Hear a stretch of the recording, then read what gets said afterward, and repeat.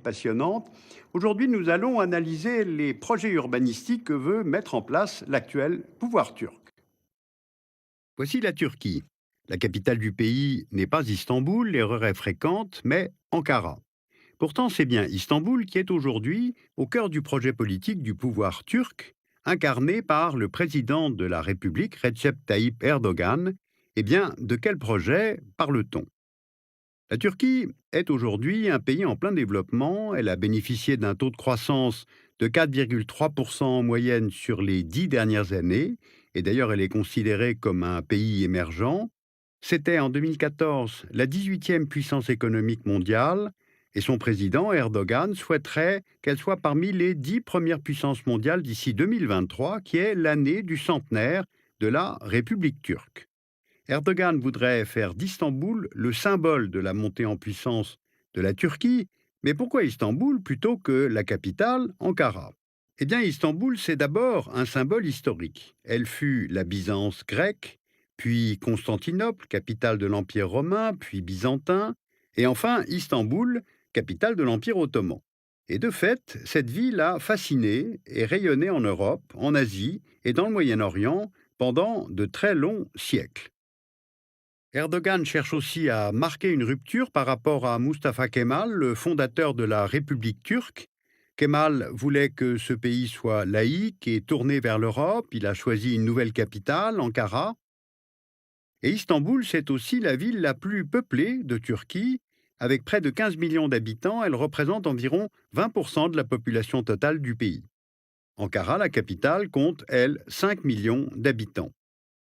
Istanbul est aussi une ville en pleine croissance démographique. Vous voyez sur ce graphique l'évolution de la population d'Istanbul en 1950, 2014 et les prévisions de l'ONU pour 2030.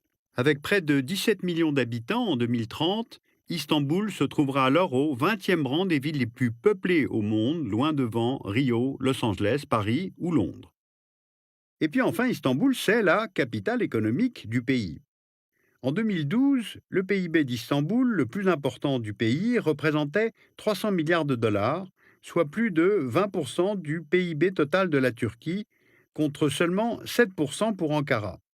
Et sur la période 2007-2012, 55% des projets d'investissement direct étrangers en Turquie devaient se réaliser à Istanbul, contre seulement 5% à Ankara. Istanbul est aujourd'hui le centre financier, le centre commercial de la Turquie, mais aussi sa porte vers la mondialisation grâce à sa localisation géographique. Alors qu'Ankara se trouve à l'intérieur du pays, Istanbul est en fait proche des frontières de l'Union européenne. La ville est aussi traversée par le détroit du Bosphore, et je vous ai montré la semaine dernière qu'il s'agissait d'une voie de passage majeure pour le transit des marchandises et des hydrocarbures entre la mer Noire et la Méditerranée. Eh bien, pour toutes ces raisons, Erdogan a décidé de faire d'Istanbul, et non pas Ankara, la vitrine de la puissance turque. Pour cela, de nombreuses transformations ont été prévues dans la ville. Alors faisons un rapide tour de ces projets que nous avons classés en fonction des objectifs recherchés. Premier objectif, faciliter les flux qui traversent la ville et permettre le transport de marchandises, de visiteurs et d'habitants toujours plus nombreux, notamment entre la rive asiatique et la rive européenne. Il existe aujourd'hui 2 ponts proches de la saturation et la construction d'un troisième pont est prévue, ainsi que celle d'un tunnel ferroviaire sous le Bosphore, le Marmarais, et cela devrait faciliter le passage entre la rive asiatique et le centre historique sur la rive européenne.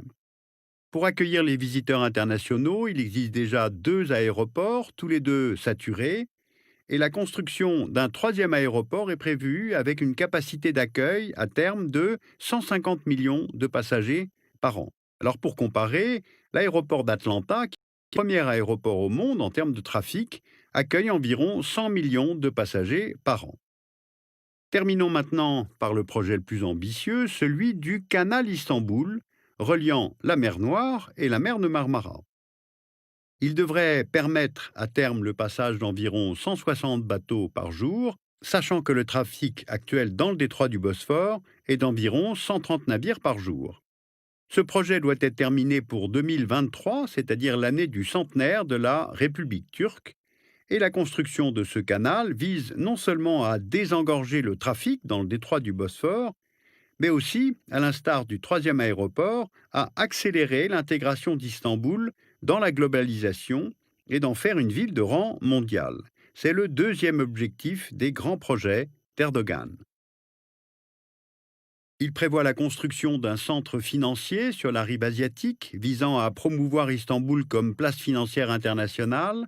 Erdogan souhaiterait y transférer plusieurs institutions, dont la Banque centrale turque, aujourd'hui installée à Ankara. Et l'intégration d'Istanbul dans la globalisation passe aussi par l'organisation de grands événements internationaux. Capitale européenne de la culture en 2010, capitale européenne du sport en 2012, et Istanbul s'est portée plusieurs fois candidate à l'organisation des Jeux olympiques. Passons maintenant au troisième objectif de ces grands projets urbains, renforcer le prestige de la ville et du pays par l'histoire. Et pas n'importe laquelle, l'histoire de l'Empire ottoman triomphant dont Istanbul était la capitale. Plusieurs initiatives visent à rappeler cette période, comme l'ouverture du musée Panorama 1453, exclusivement consacré à la prise de Constantinople par les Ottomans en 1453, ou la commémoration de la prise de Constantinople, célébrée avec face par le président à Istanbul le 30 mai 2015. Et si ce ne sont pas les périodes romaines ou byzantines qui sont ainsi célébrées, c'est qu'Erdogan veut donner à Istanbul l'image d'une ville turque et surtout musulmane. Voilà le quatrième objectif.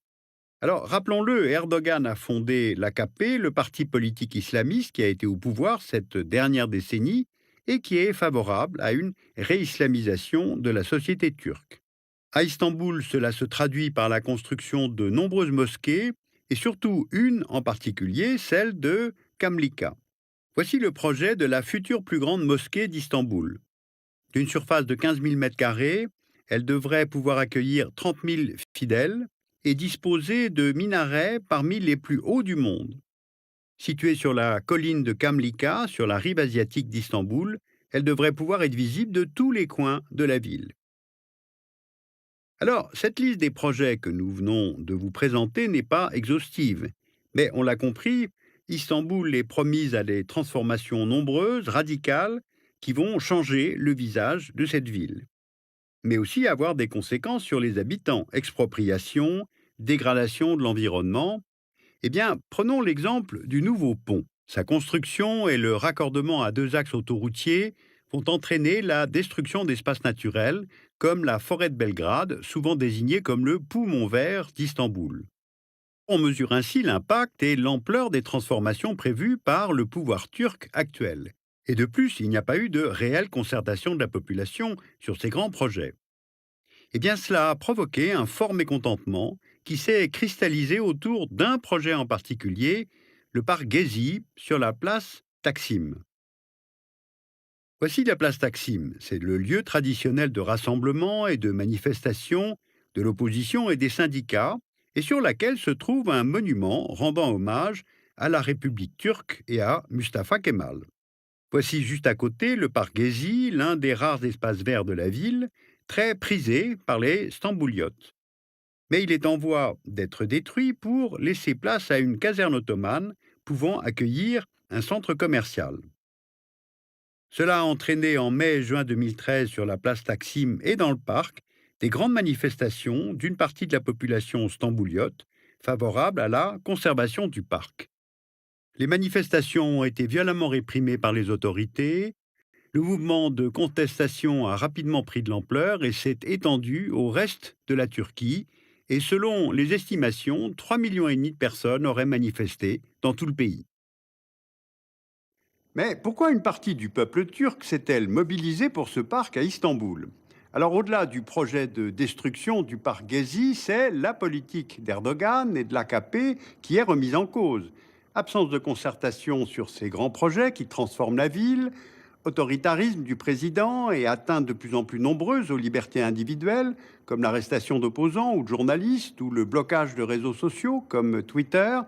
À cela s'ajoutent les constantes références au passé ottoman et à la politique d'Erdogan en faveur d'une société turque, musulmane et conservatrice.